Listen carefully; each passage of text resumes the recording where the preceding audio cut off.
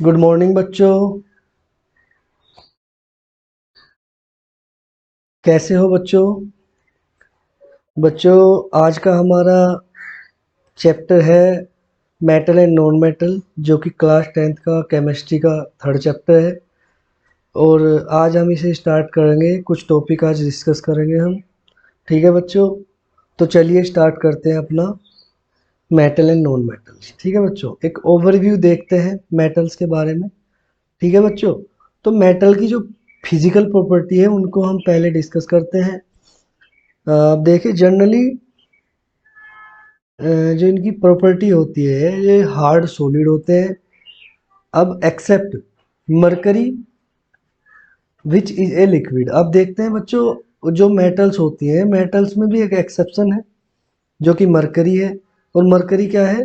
Liquid होता है। ठीक है बच्चों, इसको ध्यान रखिएगा। अब इसका सेकंड प्रॉपर्टी देखते हैं, pure state have an shining surface. ठीक है बच्चों, जब जहां भी आपको मेटल दिखाई देती है, ठीक है बच्चों, उसकी शाइनिंग, उसकी सरफेस देखना आप, शाइनिंग होती है। ठीक है, उसी को क्या बोलते हैं? इसकी मेटेलिक लस्टर प्रॉपर्टी बोलते हैं। ठीक है बच्चों, लस्टर का मतलब होता है चमक। ठीक है, अब देखते हैं सेकंड प्रॉपर्टी। इसकी सेकंड प्रॉपर्टी होती है मेलेबिलिटी। ठीक है, अब मेलेबिलिटी होती क्या है बच्चों? मेलेबिलिटी होती है some metals can be beaten into thin sheet, this property called malleability. ठीक है, अब बच्चों इसमें देखते हैं, हमने कोई मेटल ली।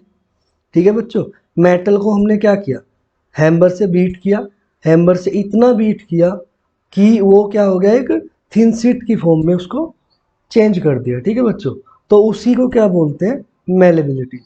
ठीक है, जितनी थिन शीट किसी मेटल की बनाई जा सकती है उसको उतना ही मेलेबल मेटल्स बोलते हैं। ठीक है बच्चों, अब इसमें एग्जाम्पल है गोल्ड एंड सिल्वर। ठीक है बच्चों, gold and silver are malleable metals. ठीक है, अब जो गोल्ड एंड सिल्वर आपने देखा होगा, इनकी ज्वेलरी बनाई जाती है। ठीक है, बहुत ही कम गोल्ड से हम बहुत बड़ी बड़ी ज्वेलरी बना सकते हैं। वो कारण क्या है उसका?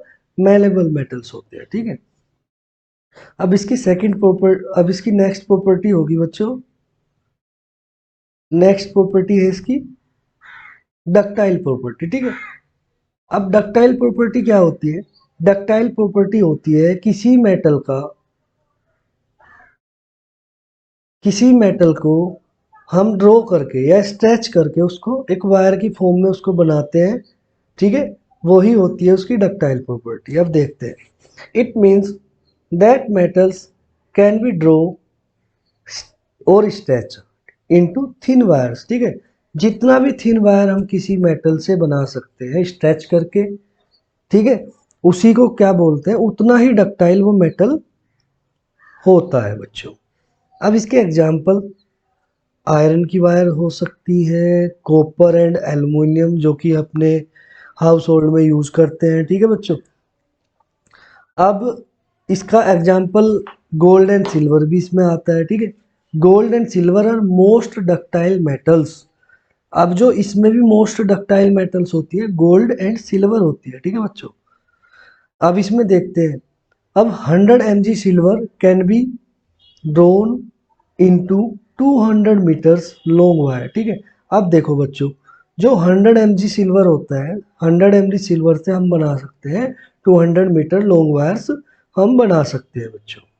ठीक है, और gold gold 1 gram gold can be drawn into 1 kilometre long wires. ठीक है, अब देखो, ये इससे भी ज़्यादा डक्टाइल होता है। हम 1 ग्राम गोल्ड लेंगे और उसको स्ट्रेच करेंगे या ड्रोन करेंगे इनटू 1 किलोमीटर लॉन्ग वायर। ठीक है बच्चों, अब नेक्स्ट इसकी प्रॉपर्टी होती है गुड कंडक्टर ऑफ हीट। ठीक है बच्चों, good conductor of heat, all metals are good conductor of heat if you place one end of metals. अब हम कैसे चेक करेंगे कि गुड कंडक्टर ऑफ हीट है? कंडक्ट, जैसा कि आप देख ही रहे होंगे, good conductor of heat, conductor का मतलब होता है कि किसी मेटल्स में हीट का जो ट्रांसफर होता है, ठीक है, उसको कंडक्टर बोलते हैं, कंडक्टेंस भी बोलते हैं। ठीक है बच्चों, if you place one end of metals in hot water, you will observe that other end get heated soon. ठीक है, अब देखो इसका मतलब क्या हुआ। हमने एक रोड ली, एक मेटल की रोड ली और एक एंड से उसको क्या कर दिया, हीट किया। तो हम ऑब्जर्व करेंगे किसको, सेकंड एंड को। सेकंड एंड पे अगर हीट होता है, हॉट होता है वो एंड, तो हम क्या कहेंगे, ये कंडक्टेंस है या हीट ऑफ, क्या है, हीट का कंडक्टर है। ठीक है, तो बच्चों that are good conductor of heat. ठीक है बच्चों, अब देखो इसका नेक्स्ट है, नेक्स्ट पे चलते हैं बच्चों। अब देखो the conduction of heat, the,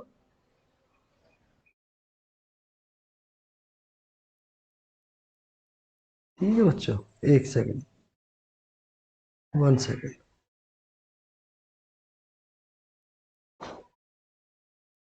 अब देखो the conduction of heat is called thermal conductivity. ठीक है, अब जो कंडक्शन हो रहा है हीट का, उसको हम क्या बोलते हैं, उसको बोलते हैं थर्मल कंडक्टिविटी। ठीक है बच्चों, अब देखते हैं गुड कंडक्टर ऑफ इलेक्ट्रिसिटी। अब इलेक्ट्रिसिटी का भी होता है। ठीक है, अब इलेक्ट्रिसिटी कैसे चेक करते हैं, ठीक है, allow the current to pass through wire. ठीक है, यानी कि करंट को जो पास करता है थ्रू वायर्स, ठीक है, तो क्या होता है, गुड कंडक्टर होता है। ठीक है, अब देखो there four metals, there four metals are good conductor, thermal conductivity of metals are due to the presence of free electron. अब जो थर्मल कंडक्टिविटी होती है किसी भी मेटल में, वो किसके कारण होती है, किसके कारण होती है, फ्री इलेक्ट्रॉन्स के कारण। ठीक है, जो उस मेटल्स में जितने ज़्यादा फ्री इलेक्ट्रॉन होंगे उतना ही क्या होगा, वो ज़्यादा कंडक्टिविटी उसमें शो करेगा वो। ठीक है,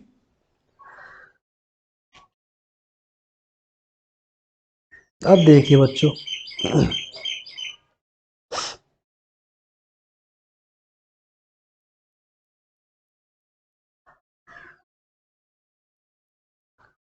अब देखिए बच्चों, metals have high melting and boiling point. ठीक है, मेटल्स का जो मेल्टिंग एंड बॉइलिंग पॉइंट होता है वो वेरी हाई होता है। ठीक है, अब देखो इसका example, tungsten have very high melting point, कितना होता है, 3410 degree Celsius, use in bulb. जो टंगस्टन का यूज होता है वो बल्ब में यूज होता है। ठीक है, ठीक है बच्चों, अब देखो हम नेक्स्ट करते हैं इलेक्ट्रॉनिक कॉन्फ़िगरेशन ऑफ मेटल्स। ठीक है, अब देखो इलेक्ट्रॉनिक कॉन्फ़िगरेशन के बारे में पढ़ते हैं।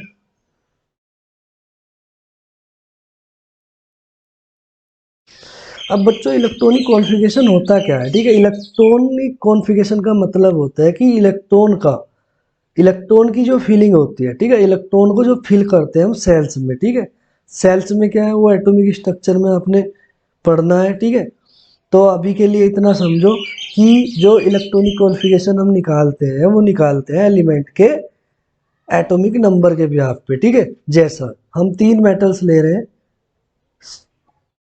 सोडियम, मैग मैग्नीशियम और एल्यूमिनियम। ठीक है, सोडियम का एटॉमिक नंबर होता है 11, मैग्नीशियम का एटॉमिक नंबर होता है 12 और एल्यूमिनियम का 13। ठीक है बच्चों, अब इनका जो इलेक्ट्रॉनिक कॉन्फ़िगरेशन होते हैं वो कैसे करते हैं, अब ये सेल में होते हैं। ठीक है, इलेक्ट्रो यानी कि इसमें सोडियम में कितने में इलेक्ट्रॉन है, 11 इलेक्ट्रॉन है। अब 11 इलेक्ट्रॉन को हम फिल करते हैं सेल्स में।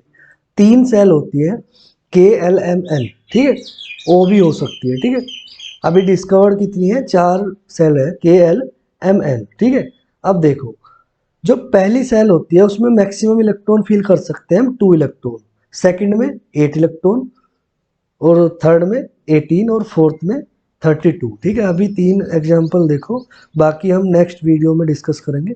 जैसे 2 इलेक्ट्रॉन फिल किए, फिर उसके बाद 8 इलेक्ट्रॉन फिल किए मैक्सिमम इलेक्ट्रॉन, और उसके बाद बचे हुए इलेक्ट्रॉन फिल किए।